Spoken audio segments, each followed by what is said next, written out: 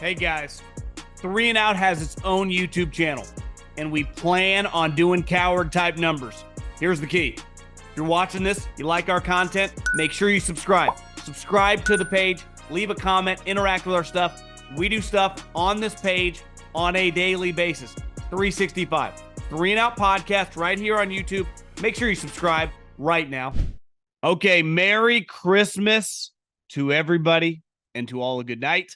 Especially the Baltimore Ravens, who just destroyed the San Francisco 49ers. They worked them. That was an old school ass kicking. We will dive into that game.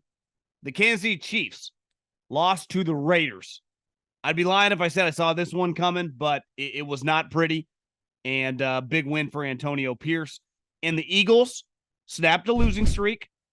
Got a little weird there at the link for a little bit, but we'll dive into that. And then a couple things from Sunday. Obviously a weird week, with football on Saturday, Sunday, Monday. Happy holidays. Merry Christmas. Hopefully everyone had a good couple days. I was feeling a little under the weather today, but under no circumstances can you not do a podcast after that. So we will dive in to all the games coming up. But first, you know what I got my brother for Christmas? I got him floor seats at a concert in early January in Sacramento. And he's like, where'd you get these? I'm like, where do you think I got them? I went to my smartphone and I downloaded a little app called Gametime. And then when I bought the tickets, I used the promo code John and saved a little coin. That's because I was in the giving season. And my friends at Gametime have been taking care of me all year long, just like they've been taking care of you. Get a pair of tickets to concerts, comedy shows, football games, basketball games, hockey games, you name it. Just download the Gametime app. Very, very easy to do. And use the promo code John. Save $20.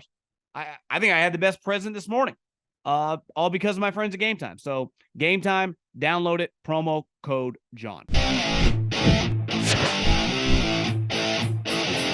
Let's face it. This was a really, really big game. These two teams had the best records in the NFL. I think especially the way they were currently playing were viewed as, the top two teams in the NFL. And anytime you get a matchup like that, the home team is going to be favored. And the 49ers weren't just favored. They were almost a 6-point favorite going into this game. Rightfully so. Because you know what the 49ers are really good at? Is being the bully. And one thing, when they play Dallas, when they played Philadelphia, when they play Pete Carroll, they get to bully and shove them around. Well, they've been bullied now twice. And you learn this lesson. I don't know if your kids do, but we did when I was kids. The only way to take down a bully is to hit the bully square in the nose. Hit him right in the teeth. You got to bully the bully. Well, the 49ers aren't used to getting shoved around. They're not used to not being the most physical team on the field. And luckily for them in the NFC, Detroit, Dallas, Philly, these aren't physical defenses. They aren't built like bullies. That's not the way they operate. But twice this year, the Niners have 4 losses. 2 of them, Kirk Cousins lit them up like a Christmas tree. Joe Burrow looked like he was the MVP of the league. The other 2 games in Cleveland and then today against Baltimore, they got shoved around. They got shoved around like they weren't the bully. Like the other team was the more physical, tough team. Why? Because Cleveland and Baltimore clearly are 2 of the better defenses in the NFL. And Baltimore specifically, Baltimore is not as sexy as their numbers look when you look at their personnel. You're like, well, they don't have like a historic edge rusher. Roquan Smith's a really good player, but not Ray Lewis. Like Kyle Hamilton a lot. I wouldn't put him in Ed Reed's category yet. But as a unit, like they had the number 1 scoring defense in the league for a reason. One, they tackle really well. They tackle very hard and physically up front. Their guys are fucking massive. They got Jadeveon Clowney looking like a Pro Bowl. And like I said, the 2 linebackers make a bunch of tackles. Their DBs all fly around. Hamilton's a good player. There's a culture and an ethos in that organization where when they play a team like the 49ers, who most people view as one of, if not the most physical team, Baltimore doesn't look, like we're the inferior opponent. It's why they kind of talk shit all week long. Like, it's kind of crazy that we're this huge underdog against these guys. Like, what have these guys won? A lot of regular season games the last couple of years. They've won some playoff games, but not in the AFC, right? So, to me, Baltimore came in today and shoved and threw them around and honestly embarrassed them and made Brock Purdy look fucking awful. And anyone tomorrow, and I saw this a lot with people online on the X, Twitter.com, A lot of 49er fans, they're like, oh, his passes were all tipped. Well, he threw a red zone interception, which Rich Gannon once said on a broadcast. A coach told him it's the equivalent to killing a baby. A red zone interception beside a pick six is the worst thing you can do as a quarterback. And he had one that was obviously tipped right in front of him. Another one that was quote unquote tipped, he threw across his body, which you're allowed to freelance and make plays when you're playing the Arizona Cardinals, when you're playing Jamal Adams, who, couldn't cover anybody. When you're playing a team like this, an elite defense who has high-end players at every position, you have to play smart. You have to be careful with the ball. So when you are freelancing and keeping a play alive, no problem with that. Making a decision to throw late across your body, that's on you, champ. And even Troy Aikman said that. And tonight, let's face it, I thought Brock Purdy had no issue with him in the MVP mix and potentially getting it. Now, part of the argument is there's not a Tom Brady, Aaron Rodgers, Peyton Manning 45 touchdown guy this year, right? If there was, we wouldn't even be having this argument.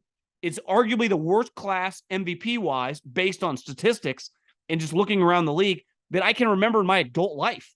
So it's kind of a skewed argument to begin with, right? We're not saying Mahomes is about to throw 50 touchdowns and, Rodgers just led the Jets to 13 wins. He threw 43, but give it to Brock Purdy. That's not the conversation, right? It's Lamar statistically is really down. The team's good. Defense is awesome. Tyreek, you give it to him, no problem.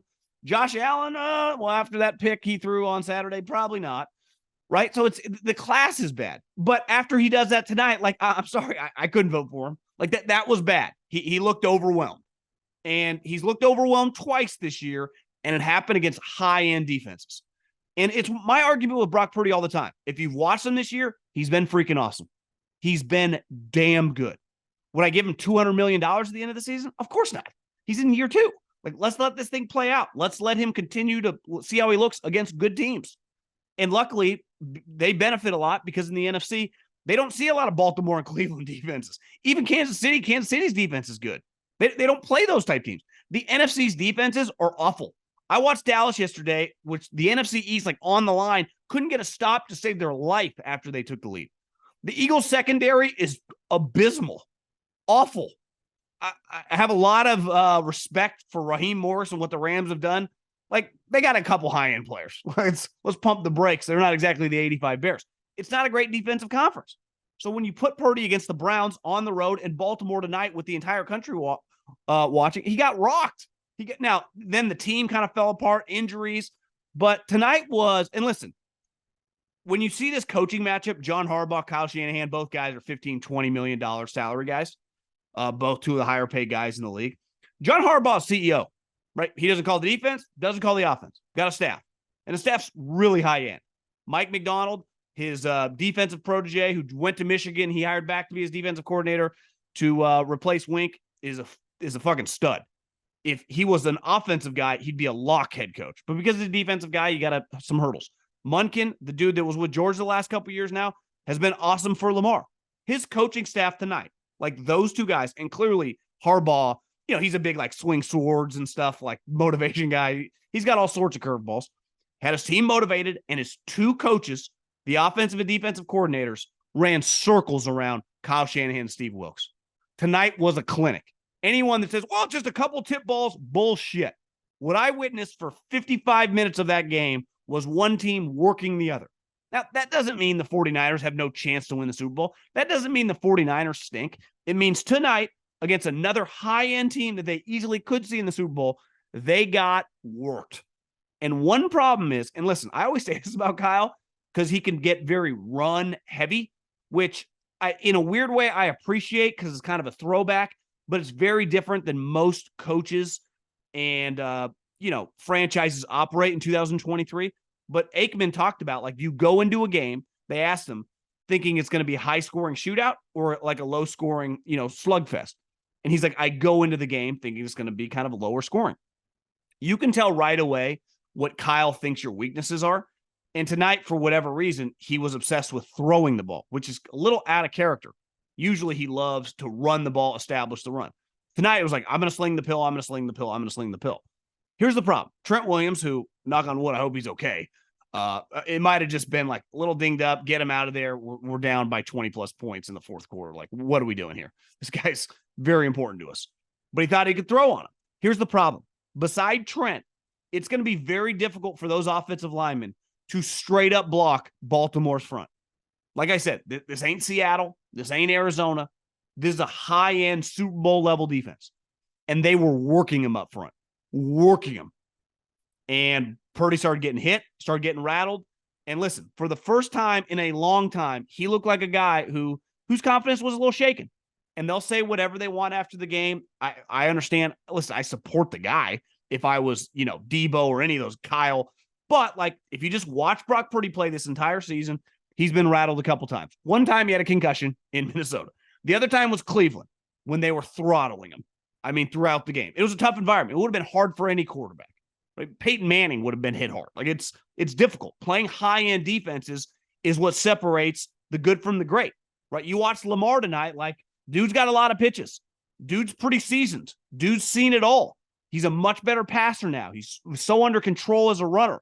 Like, Lamar has become a very, very complete player, which even when he won the MVP, you saw him get exposed in the playoffs. Like, this is a guy who, I mean, they should win the AFC because he's that good. And this is the other dumb part about the argument. Like, arguing Purdy has an MVP season, no one's saying he's like more talented than Lamar Jackson or Josh Allen or Patrick Mahomes. We're just talking about the season. And so far up to this game in the season, he had been fucking awesome, beside a couple little moments. Tonight was bad. Tonight was, I don't know if it just completely discounts you, but I saw he's no longer the betting favorite. It was ugly, and they got rocked. But to me, when he gets rocked, that's also on the coach, because it's like, well, the coach runs it all. Okay, the coach is running it all. Mike McDonald, who's been a defensive coordinator in the NFL now 2 years. Kyle, you've been an offensive coordinator in this league for 15 years. Like, are we playing chess? Because they were, and it looked like you were, like, I don't know.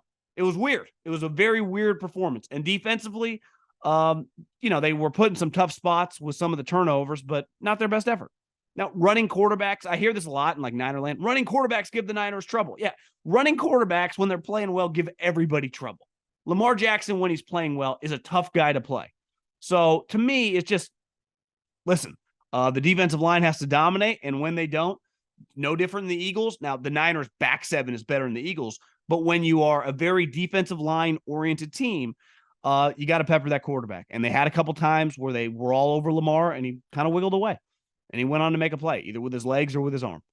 And tonight was a coaching mismatch, a player mismatch. The final score looks a little closer. Like, I don't do hollow points, in late blowouts. Derek Carr's made a career of this, throwing a bunch of yards, putting up a bunch of points when you're down like 20 in the fourth quarter and you end up losing. You're like, oh, they only lost by 8. Yeah, that's not the game we witnessed. So there was a lot on the line tonight. And if you're the Baltimore Ravens now, let's face it, they are a Super Bowl team. They're a team that when you talk about them, they can win the Super Bowl. I don't think I was quite there yet. But after you watch tonight what they just did on the road, one, to me, they're going to be the favorite in the AFC. And two, it's just, they kind of got it all, right? They can run the ball. Their quarterback obviously can do it all. The weapons on offense, adding Zay Flowers has taken them to another level. Beckham's solid. And defensively, they're just really good. And we know how well coached they are, well motivated.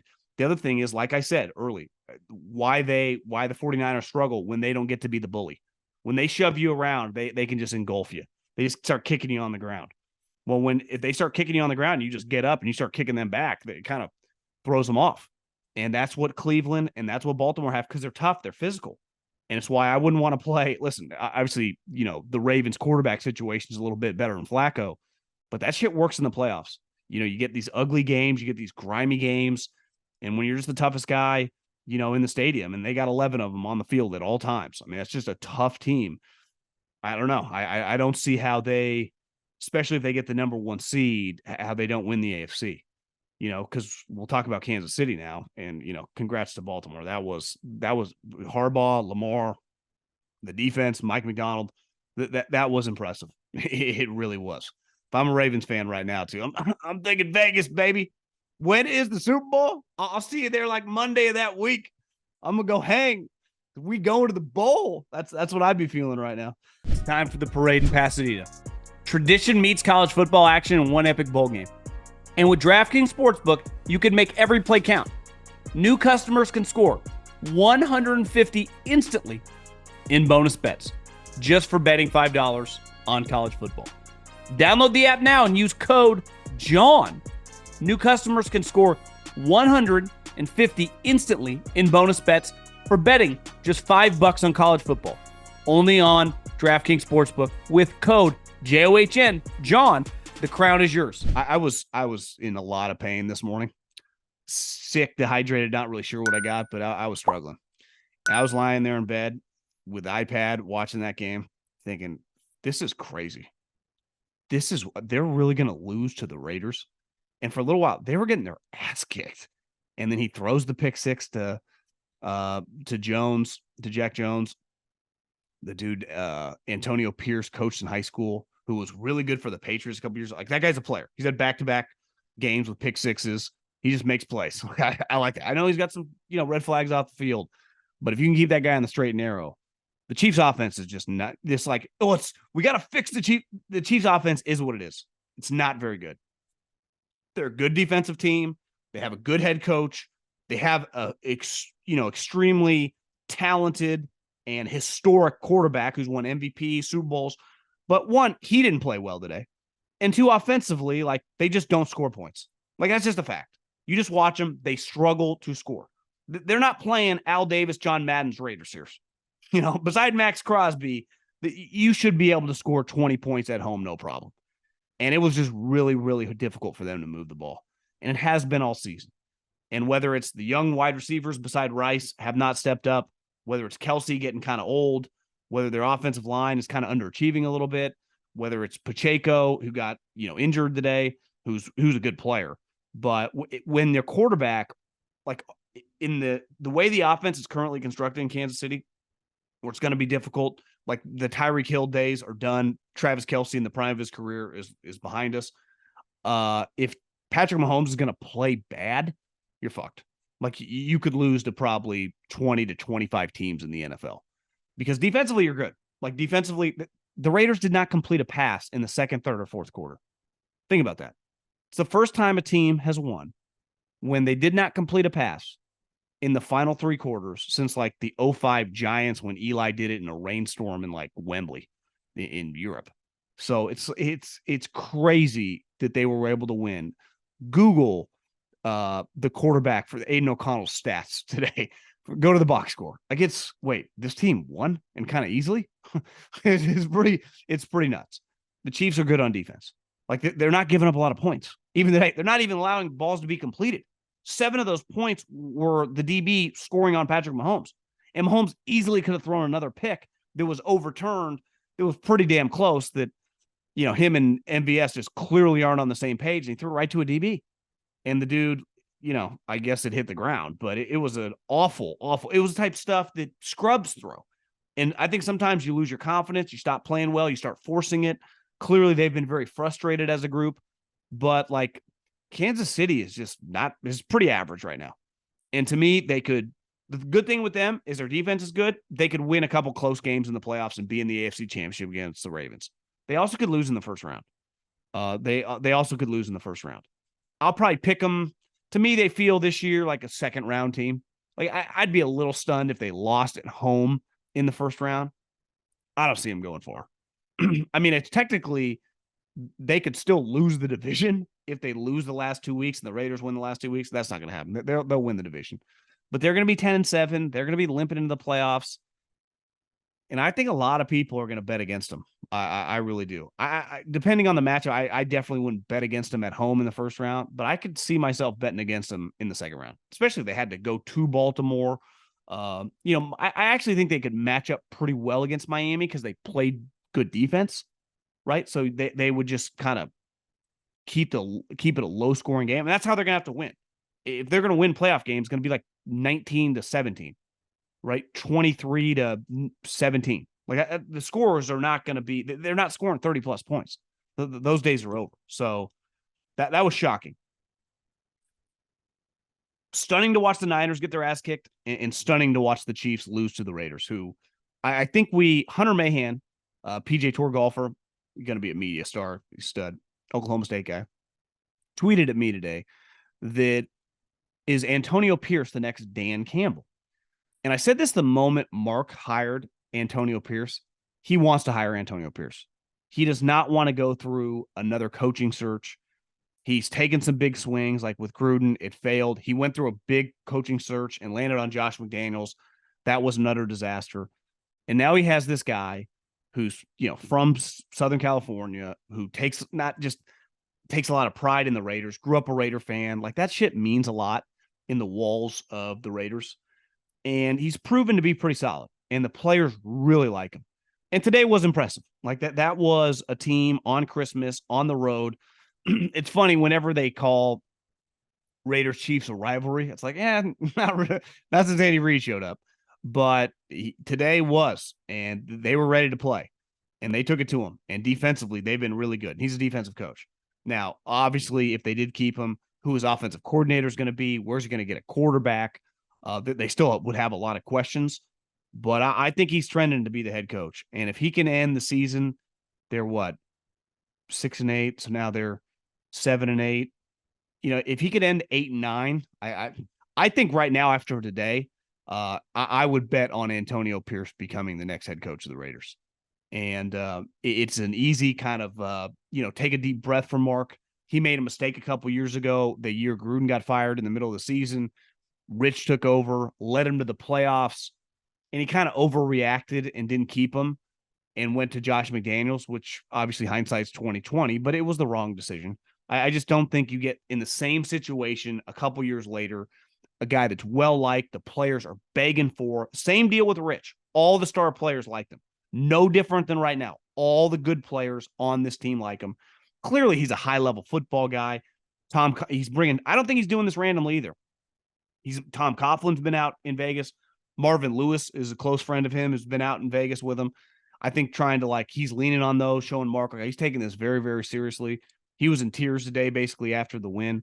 I fully expect Antonio Pierce, unless they get destroyed these last 2 weeks, which is hard to see, to be the next head coach of the Raiders. It's football season, and you can now get almost anything you need for game day delivery with Uber Eats. What do we mean by almost? Can Uber Eats deliver foam fingers? No. But chicken fingers? Yes. Touchdown dances? No.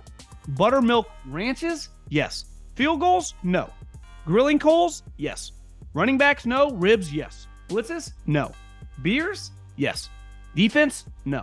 Deodorant? Yes. Game-clinching turnovers? No. But pastry turnovers? You know, the kind with delicious apple filling? Oh, yeah. Because that's groceries. And get those delivered with Uber Eats, too, along with food from your favorite restaurants and other essentials. And the best part? You can get it all without missing a second of action on your TV. There you have it. Get almost anything for game day delivered with Uber Eats, official on-demand food delivery partner of the NFL. Order now. Alcohol in select markets. Product availability may vary by region. See app for details. Now on the Eagles. The talent mismatch of the Eagles and Giants is as wide as the Grand Canyon. There's a reason, and the stat came up today, the Giants have not beat the Eagles or the Cowboys since Brian Daboll took over. Those two teams have owned them. Why? There's a giant gap in players. That's why I was so confident last year in kind of pounding the table for Brian Daboll to be the coach of the year. I'm like, I don't think people realize how shitty his roster is. Now, he doubled down kind of on that roster with Daniel Jones, and it's backfired. And the Tommy DeVito thing clearly came to a screeching halt. He's benched out at halftime. They go to Tyrod Taylor. But today was a good example. Like, I don't think the Eagles are really playing that well. I just think the talent when they play that team, it's just too hard for the Giants to overcome. And they still almost overcame it, right? They got a kickoff return fumble that they immediately score a touchdown. They hit a late bomb from Tyrod Taylor. Like, they had some explosive plays, but they're still not quite good enough. There was one play that was kind of the dagger where Jalen was scrambling around like a 3rd and 15 and hit A.J. Brown for a huge gain. They kind of shifted the momentum. Then they ended up scoring with DeAndre Swift, and it turned out to be the difference in the game. But when you watch the Eagles, and this is why, speaking about the Niners are so much more physically tougher than the Eagles and the Cowboys. It's why when they played those two teams, they destroyed them. But the Ravens, for example, you can't play them like that. They hit you too hard. They tackle too well. And you watch the Eagles back seven, they don't cover that well, and they're just not that physical. And it really shows in these games. Now, they have so much offensive firepower. I mean, A.J. Brown, Devontae Smith, DeAndre Swift is a really good player. Jalen, to me, looked a little healthier today. His arm looked lively. He was running the ball really well. They go like 7 deep at offensive linemen. Like their guards get injured. It's like another guy could be a starter. Like, God, they're just deep. And the tight end's a stud. Offensively, they are just so talented. I just don't think their defense is good enough. And ultimately, it wasn't quite good enough last year, but it was clearly playing at a much higher level than it was this year.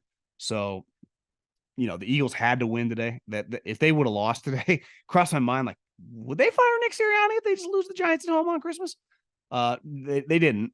And everyone got to smile. You get a win on Christmas, but I do think they are very, very vulnerable going into the playoffs. And depending on their matchup, I mean, their defense can give up a lot of points. You can really, what Kyle Shanahan thought he could do against the Ravens, you can't. You can throw on the Eagles relentlessly, and their guys just aren't going to be able to cover you. And if you get a little space, their guys are going to miss tackles. And if their defensive line is not getting home, your quarterback could throw for 350, 400 yards. And if you got good wide receivers, they could go off. And it's hard to win in the playoffs in 2023 in a passing league when that is your huge weakness. It's pass coverage, big plays. It's really difficult. Too many teams. Just look at the NFC. That's why the Cowboys lit them up a couple weeks ago, because they have a good passing game, in theory, not the other day. But the Lions are stacked with offensive weapons. So are the 49ers. So it's even the Rams. I mean, Puka Nacua, Cooper Kupp. Like they're going to throw the ball with Matt Stafford. So it's just not fixable. There is no scheme that you can use to overcome the holes when your guys can't cover. It's impossible. I don't care how much zone defense you play. Eventually, I'm going to get your guy in a situation where he has to run with my guy. And their guy simply can't do that right now. And it's not something you can fix in the middle of December. Right? That's an off-season project, which I would expect them to do a lot of rehabilitation to the secondary. Obviously, they got some young players coming up, but the Bradbury Slay situation, those guys are just older, and that's the hard part about football, right? It comes fast. You don't totally know it's going to happen, and then all of a sudden you're like, God, this guy's a step slower. He was just good last year. It's like happens like that. It's the hard part of talent evaluation. It's the hard part about being a general manager in the NFL, because a guy can look really good for 3 straight years. And you're like, let's give this guy another contract extension. Then all of a sudden you do it and he's not the same guy. And it's not because of lack of trying. It's not because of lack of work ethic. It's not because of lack of studying. It's like he just lost a half second on his 40. And he now no longer can run with the wide receivers. So, yeah, man, that was crazy. A couple other things I wanted to touch on was the Jets yesterday. Woody Johnson, I guess this would have been, what day would that have been? It came out Sunday morning. I'm all screwed up. Came out Sunday morning that he talked with someone at the New York Post and said that everyone was coming back. Robert Saleh, Joe Douglas, and that those guys, he thought they had made some positive strides. And I'm getting a little workout on. Well, I'm thrown off now. It would have been Sunday watching Jets Commanders. And Commanders come storming back. And I keep thinking the number one thing the Jets hang their hat on, because offensively, for the majority of the season, they've been awful. Like, I think they went like 12 of like their 15 games where they scored 1 touchdown, 1 offensive touchdown. Yesterday, they scored a couple more, but for the most part, offensively, they haven't been an embarrassment. Well, defensively, if you just listen to casual people talk about them, they're discussed like one of the better defenses. Yet whenever I watch them play, just the last 2 weeks, Dolphins lit them up like a Christmas tree 2 weeks ago with Tyreek out. Jacoby Brissett and the Washington Commanders, who are awful, moving the ball at will against them in a drive for basically their season, right down, scored a touchdown. It's like, I don't even know how good they are at defense. Now, they have a couple good players here and there, but basically, and Colin asked me this a couple weeks ago, like, what would you do? Well, I know what's going to happen. They're going to bring him back because they're just going to say, well, because of Aaron Rodgers. Well, Aaron Rodgers coming off, he's 40 years old, off a torn Achilles, which somehow he almost healed in like 4 months, is going to save this franchise? Seems borderline impossible to me. Like, I think they have so far to go. I don't even think they are remotely close to being good. Now, obviously, as bad as they are this year, but I picked them to be a playoff team this year when I thought Aaron Rodgers was going to be healthy. I don't know if they would have been a lock to make the playoffs if Aaron Rodgers had been healthy all season. I really don't. Their offensive line's too bad. The coordinator's not good enough. So I don't know, man. I don't. That seems kind of crazy to me. Pete Carroll. I was thinking about this when Seattle beat Tennessee in a crazy kind of walk-off touchdown to DK Metcalf in the corner of the end zone. And the Rams obviously won on Thursday night. My argument was going to include Kyle Shanahan, but he got punked. Now, John Harbaugh makes, 17, 18, $19 million.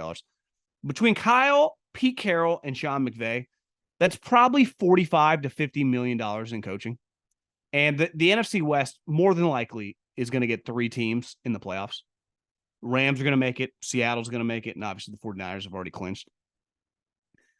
This is why I'm so hard on Dean Spanos and the coaching situation with going cheap on coaches. Because like Seattle, listen, they'll probably be one and done. But like these last couple of years, if you're a Seattle Seahawks fan, you can take a lot of pride. My team won 18 games. Majority of the games I got to watch, we had a chance to win. We were in them. We won a lot of them. So I was like, well, you would have been better off what? If you're 9 games, you're not going to win like 2. So you're never going to be drafting that high, being like 6 or 7 and drafting 10th. No, you would always much rather be competitive. It's the best part about football. Waking up on Sunday and having a competitive football team. And Pete Carroll's brought that. And obviously Sean McVay has brought that too. But why do Seattle and why do the Rams get this? Because they pay for it. Both guys, 2 of the highest paid coaches in the NFL, can take random players, turn them into awesome players, take mid-round picks, turn them into impact guys, and take like hot. And listen, part of the reason Seattle has turned it around is because of the Russell Wilson trade, right? So whenever I see this, would they have been better off with the Russell Wilson? I don't know. I watched Russell Wilson against Belichick get fucking worked over Christmas Eve. I mean, that was Russell Wilson to me is anyone arguing for him is like obviously was a huge fan of him, which I was too, is like holding out hope that that's ever coming back or he's going to be like, he's average as the day is long. And when you factor in his money, it's below average because of what you're paying him. Right. And so when I watch Geno Smith play, like he's not great either, but what's the gap between those two guys? Well, the gap financially is gigantic. And it's like, I can win just as many games with Geno as I can with Russ. And you could argue with the cohesion and how much everyone likes each other, I can win more. My team is closer together. So just a massive, massive win for the amount of money getting paid right now in the NFC West. There's a reason these teams are not just being competitive, but going to the playoffs because they don't go cheap.